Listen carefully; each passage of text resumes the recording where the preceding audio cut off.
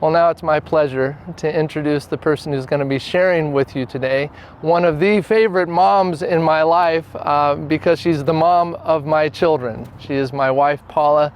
She is a woman who has made an incredible difference in my life and in the life of so many people. I know you will be blessed by what she shares today as she talks to us about what it is to make a difference in this world. Happy Mother's Day. I'm so excited to be here with you all this morning, celebrating all the amazing moms in our life, moms that have sacrificed so much to make us who we are. With that, I want to say a special Happy Mother's Day to my mom. Mom, thank you for being who you are. Thank you for being a woman who has always been in my corner, always been for me. I love you dearly. And to my mother-in-law, Sandy, I say the same thing. Love you. Happy Mother's Day. With that, I also want to say a special shout out to all of the women that are on our planet. We want to acknowledge you, acknowledge your strength, and acknowledge who you are. This day is not just about celebrating moms, it's about celebrating women. In a world where we're really kind of learning all different things about who we are, we want to take the time and understand really who the essentials are. I believe that God always makes everyone essential, not just a few, but all of us. He has given us all an important purpose for us on this planet, and that's what we're going to talk about today. So with that, I want to invite you on a beautiful journey with me today. A journey that will allow us to look at the footprints of where we've been in our life. As we proceed, I want you to think about the things that one day people will remember about you. Now, we all may be remembered about many things, but what will be the things that were impacted because you were here? You were chosen by God, which means there is a profound and vital reason that you are here. And that reason was meant to make a difference in the places that God has designed for you. In 1 Peter 2:9 it says, "But you are chosen people, a royal priesthood, a holy nation, God's special possession, that you may declare the praises of him who called you out of darkness into his wonderful light." See, we were chosen by the Creator to bring about the light that the world so desperately is looking for. I don't know about you, but there are times when I'm home and it starts to get late and the room can get a little dark and I'm not thinking too much about it and someone will come in and flip on the light. When that happens, it always is a feeling of, thank you, I can see. It is a feeling that I need. It was very helpful. But then there's those other times where maybe I'm watching a movie or sleeping and someone will come and flip on the light. That is a moment that feels very shocking to my system. It's more like, no, turn it off. What are you doing? It's too much, too fast. I think the same can be true with how we bring light to people. I believe that it comes about by learning to follow his lead, waiting for his timing, not mine, allowing him to let me know when the light is going to be helpful and bring about the greatest relief to the people that he has put on my path. So today we begin this conversation in an unusual place. Although it might look like I'm standing in front of a beautiful park, I'm actually standing at the beautiful Musgrove Family Mortuary. The Musgrove family has so graciously allowed us to be here today and to walk around this place and to be able to speak to you about the things that God has put on my heart. So thank you to you.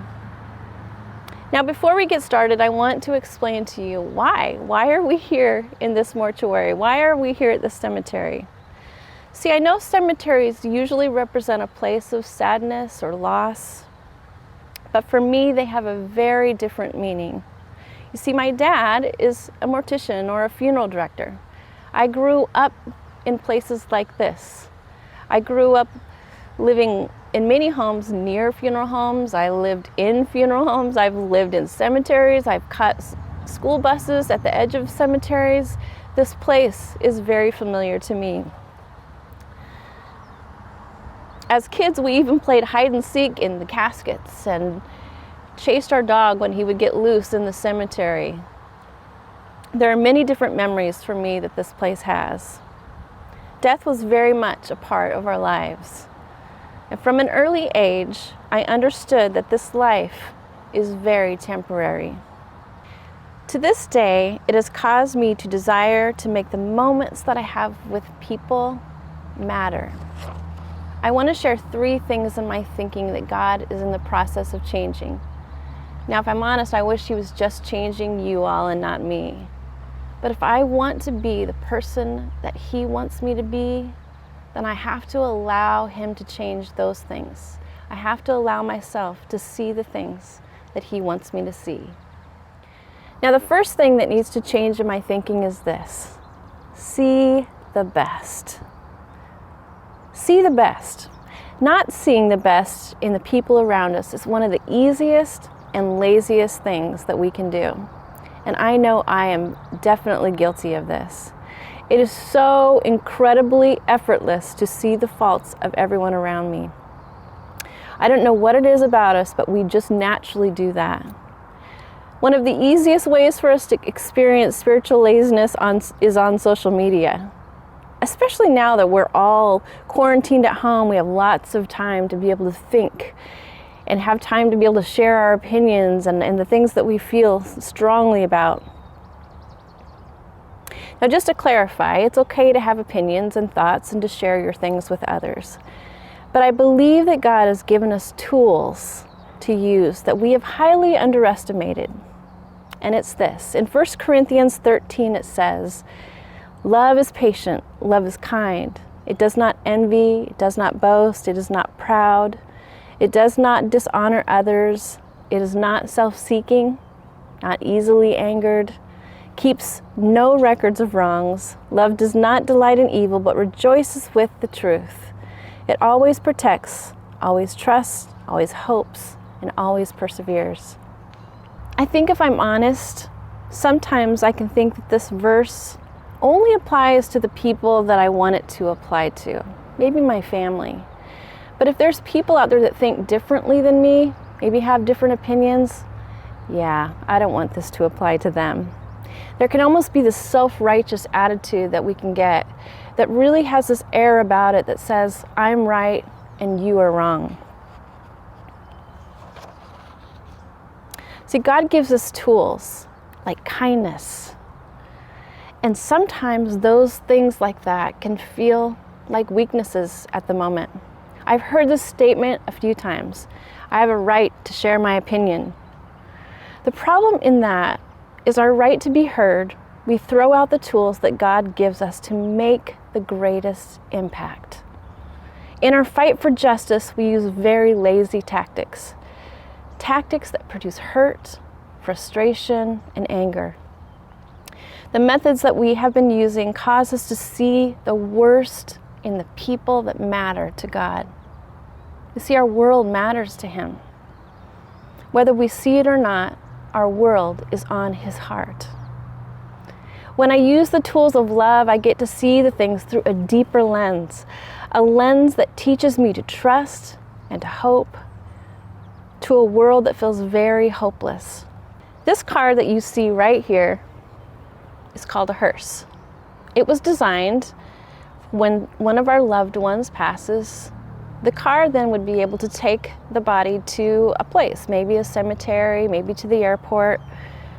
So the logical thing that we see when we see one of this is someone has passed. We get that, we understand that. That would be a logical conclusion. But for me, this car has a very different meaning. See, for me, when I was a kid and my dad had to take a body maybe to the airport, I would get to take school off that day. I would get to go with him. So I would have no school. I would get to go to McDonald's, we'd go through the drive-thru, I'd get my Filet-O-Fish sandwich, and we'd get to talk and laugh all the way on that 2-hour drive to the airport. On the outside, the assumptions were that someone had died and was being moved to a different location. But if someone would have peeked inside and looked a little deeper, they would have seen a different story. They would have seen a little girl spending time with her dad. Spending time with my dad, that's what that means to me. Looking deeper allows me to see that there is a story being lived inside. A story that is not finished yet. See, opening our eyes into where people are allows us to experience the joy of being a part of someone's story. When I understand more, I respond differently. For me, I try to constantly speak the things that I see in the people around me. The things that I see when I look past the outside of the car and into the story of the driver. My hope is that one day I will be able to look back and say, I was here. God allowed me to have a profound and vital purpose in someone's story. I was able to see what He sees and go where He wanted me to go. The second thing that needs to change in my thinking is this: letting it go. Letting it go. A few years ago, I took a class, a coaching class actually, and one of the questions I was asked was, who is your hero? Without hesitation, I said this name, Ruth Bryan. Ruth Bryan is someone that I highly admire. I'm actually so inspired by who she is. When she enters into a room, she enters as if God is actually in control. I've never seen her in a panic, ever. Now, I'm sure she has felt fear and frustration from time to time in her life, but she walks in a way that makes it look like she's never had a difficulty in her life. Years ago, I asked her this question: Ruth, how do I get to the end of my life with not having a chip on my shoulder? She smiled and said to me, get good at forgiving. Forgiveness is one of those things that we get good at saying in the church, but I knew that day that it wasn't just a pat answer that Ruth was giving to me. I knew it because I saw the fruit in her life. I knew because of how she lived that this was something that I needed very desperately. The Bible is filled with stories and scriptures about forgiveness. In Ephesians 4:31 through 32, it says this: get rid of all bitterness, rage, anger, harsh words, and slander, as well as all types of evil behavior. Instead, be kind to each other, tender-hearted, forgiving each other, just as God, through Christ, has forgiven you. But how do I do that? One of the things that Aaron and I have learned over the years together is this process in forgiveness. We started noticing that in the church there were some people, pastors and people, leaving because of hurts. And part of the way they would process that was this: when someone would hurt them, they knew they needed to forgive, and the thought was forgive and move on, forgive and move on. But over time, those hurts had not been dealt with, and over time, those hurts got the best of them. So one of the tricks that I want to share with you today is something that has been extremely helpful for us. It's just this: 2 steps in forgiveness. Believe it or not, the first one is not forgiveness. The first one is acknowledge the pain. I think it's super important to have someone in your life that you can be brutally honest with. You need to find someone that's not going to get too distracted by your hurt to where they might pick up an offense. They have to be someone that you know will keep confidence and just allow you to really be real. My husband and my mom are usually the people that I go to the most. In sharing with them, it allows me to process and say the things that are causing me pain. When I'm sharing, there's also this understanding that I may not have the healthiest of thoughts right now, but here it is. This is my stuff. I've heard Dr. Caroline Leaf talk about this before. She has found that there is something about saying the things that we are thinking in a safe environment that causes health in our bodies and in our brains. And when I'm honest, I'm not allowing any hurts to be hidden inside. I'm calling them out and I'm allowing myself to grieve. Understanding my pain helps me to understand how heavy it really is and that I am not meant to carry it. So the first thing is acknowledging that pain. The second is this. The second thing to forgiveness is forgiveness. Forgive. Let it go. When I say those words, Lord, I forgive, those hurts do not have control over my life. I am literally letting them go like a balloon in the sky. Forgiveness is a way to not stay connected to the unhealthy patterns that I once had in my life. When we forgive, there is a benefit to the one being forgiven, but I am the one that benefits the most. I am no longer tied to those hurts that came from that individual. Forgiveness may not come because we think someone deserves it. It comes because I want to be free and experience all that God has for me. I have walked through many cemeteries in my life. This is a place that has a lot of stories. Stories that I will never hear or know. But I think that these stories need to remind us that life is short. That we're just here for a short time. What I don't want to be remembered for is being a person that has hurt and unforgiveness in my life. I want people, when they see me or experience me, to find His hope. I want to have an impact in the world around me. I want my kids and my husband, and I want you to be able to understand how much we need Him in this time. Yes, I may have a lot of different thoughts and opinions and a voice, but the greatest thing that I want to leave behind is my ability to hear. My ability to hear others and my ability to hear Him. I want you to remember that, to remember you can hear Him. Let these lives matter. So the third thing that needs to change in my thinking is this. Don't give up. Don't give up. If I want to leave a legacy, I have to show up. I have to be there. I have to keep moving forward. In Romans 5:4-5, it says this. Not only that, but we also rejoice in our suffering because we know that suffering produces perseverance, character, and character, hope. And hope does not disappoint us because God has poured out His love into our hearts through the Holy Spirit whom He has given us. So here's the thing. You are going to experience difficult things in your life, but I promise you this. While you are feeling the pain from the hard thing in life, you will have the idea to throw in the towel. We all have. This option is becoming more and more prevalent in our world.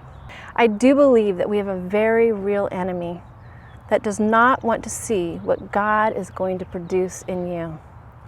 He does not want to see you grow, and he most certainly does not want to see you filled with hope.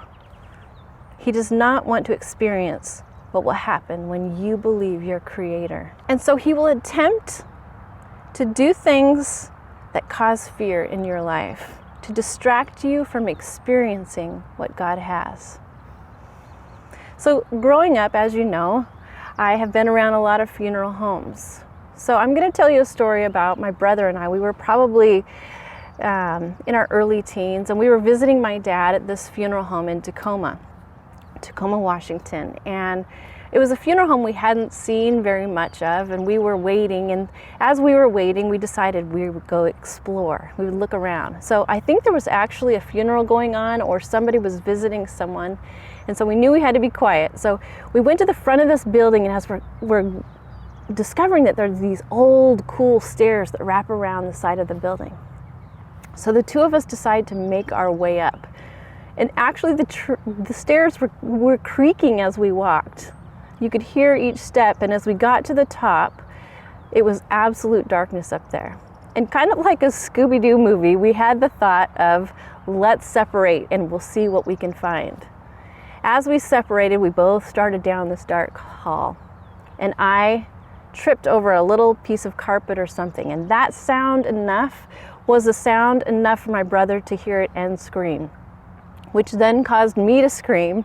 And the two of us came running back together, running back down the stairs, just to meet my dad waiting for us at the bottom of the stairs. He was not very happy with us. I don't know what he said, but I know he was not happy. What happened? We were afraid because it was dark and we didn't have the right information. Our lack of information caused us to fear. We have to be careful to make sure the information we get comes from the right sources. Because when I'm fearful, I make decisions that I wouldn't make when the lights are on. Church, the temptation is always going to be to run when things are difficult, to run down those creepy stairs to escape the struggle. If I want to see change in my world, I need to turn on the light and look at the struggle in front of me. I can't fix what I'm running from. And the amazing part of God is that when I learn to persevere, He produces a strong character in us. And in that healthy place of being, He fills us with His hope and a promise that we will not be disappointed. It will be worth it. You were chosen by God, which means there is a profound and vital reason you are here. And that reason was meant to make a difference in the places that God has designed for you. I'm going to end with this story. A few months ago, our family got tickets to go see the musical, SpongeBob the Musical. Now, our tickets we knew they were going to be pretty high up, and so I brought my binoculars. I knew I was going to need them. And as we sat there and I looked through my binoculars, I could feel the presence of someone sitting next to me. It was a little 4 or 5-year-old boy. And as I was watching him and watching how excited he was for this play, I knew that this time was going to be a little more important to him than it was to me. And so I offered him my binoculars. He was so excited. He took them and he started to look deeper inside of all the things he could see on the stage, and he was so excited. He watched for a few minutes and then he handed them back to me. I said to him, you know what, you can use them as much as you want tonight. So throughout the musical, we went back and forth, sharing binoculars, till finally he turned to me and said, I think I'm done. It was, I think, a little long for a 4-year-old. You know, I'll never forget that time. I'll never forget that moment of being at that musical. The musical was great. It really was. I had a great time. And I could have even kept the binoculars for myself and had a great time, and he would have enjoyed his time as well. But I would have missed the opportunity to allow someone else to have a better view. I would have missed the opportunity to experience the joy of being a part of his story that night. There's more to life than just getting the best view. We have the potential to receive something that is a lot more valuable than a show. To be a people that bring light. A light that comes at just the right time. You are an essential part to the plans that God has to reach this world. So today I want to pray. Pray that God would help us to see the best, that He would help us learn how to let it go, and that He would teach us to stay in the game so that He can impact the world. Also, there may be some of you that are watching today that have never experienced a relationship with your Creator. If you're wanting to know the one who has designed you, who knows you so well, please click on that little button there that is available for you, and we're going to pray together. And I also want to make sure you understand that, or know that we have people waiting to pray with you. We would love to come alongside you in that in any way we can. So let's pray. So Lord, I thank you so much for this day. I thank you for all that you're doing, and I ask you right now that you would do things that surprise us on this day. That you would help us to know how to see the best in people. That you would help us to know how to let things go and to forgive those in our life. And that you would teach us how to persevere and stay in the game. Give us the strength, Lord. Give us the strength. And for those that haven't got to experience you, I just come alongside them right now, and I pray, Lord, that you would forgive us of our sins, forgive us for the things that we've done. We invite you into this place. We invite your presence here. We invite you to do things in our lives. Help us to see like you see. In your name we pray. Amen.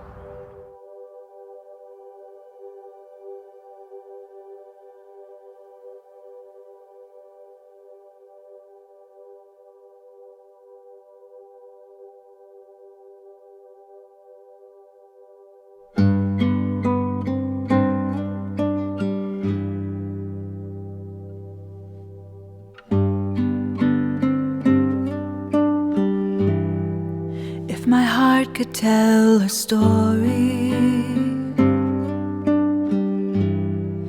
if my life would sing a song, if I have a testimony, if I have anything at all,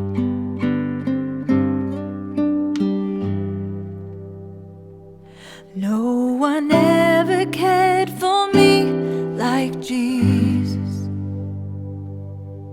His faithful hand has held me all this way. And when I'm old and gray and all my days are numbered on the earth, let it be known, in you alone my joy was found. My joy, my joy.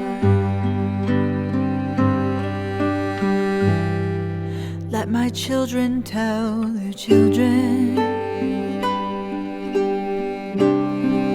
let this be their memory, that all my treasure was in heaven, and you were everything to me.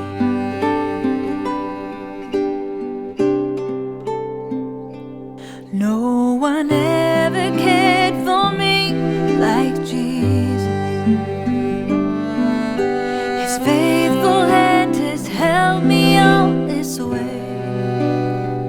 And when I'm old and gray and all my days are numbered on the earth, let it be known, in you alone my joy was found.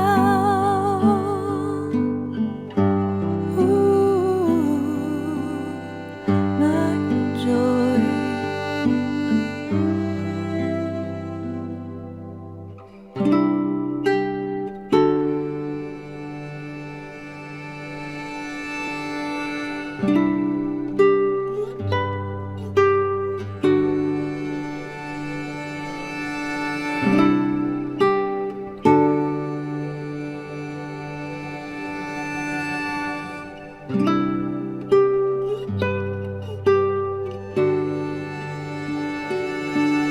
I'm still in love.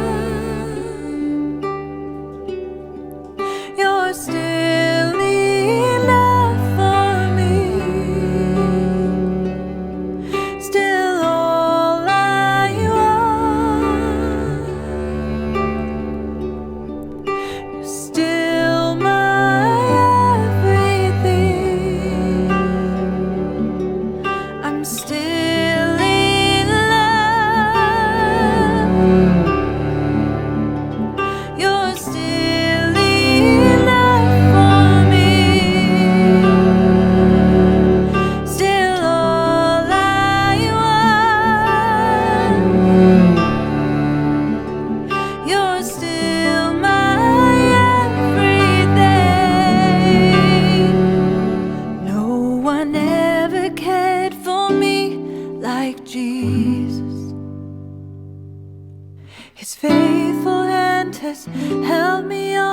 this way.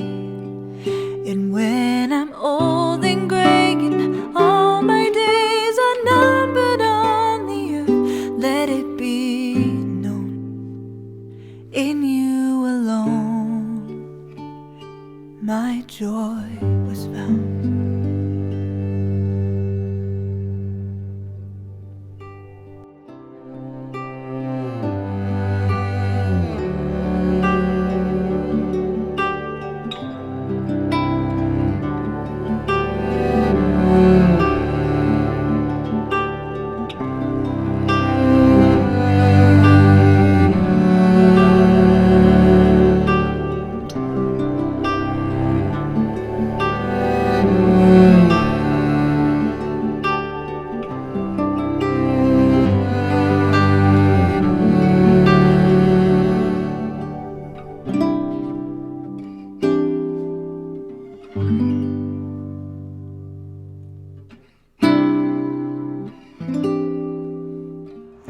So with that, I want to say Happy Mother's Day. Thank you to all of the amazing women that are strong and that are making a difference in our world. We honor you today. Happy Mother's Day. Here's the thing, people. I want to give a huge shout out to my mom for her love, her compassion, her life lessons and examples, and for being a woman who has truly made a difference in my life. Hi, Mom, Grandma, and Megan. Thank you for always loving and supporting us. All three of you are such beautiful, strong women, and We love you. This is a shout out to my mom, Janice, who has always been there for me and who has never stopped praying for me. Thanks, Mom. Hey, this goes out to Sandy Sutherland for being an unwavering example of joy and support and well-founded concern at times. Love you, Mom. Hey, wanted to give a shout out to my mom. Happy Mother's Day. Thank you for all that you do for me, for our family, and for all the people in the community. You're always just helping people, and you're really a blessing. All right, this is for my mom, Paula. Mom, you're the best ever. I think you're really awesome. Thanks for all you do. Love you. This is a shout out to my mom, Carol Arblaster, living all the way across the world in Portugal. I love you, Mom. You hold us all together. You're the best. Hey, Mom. Just want to say, thinking about you, I love you, and I hope you have a fantastic Mother's Day.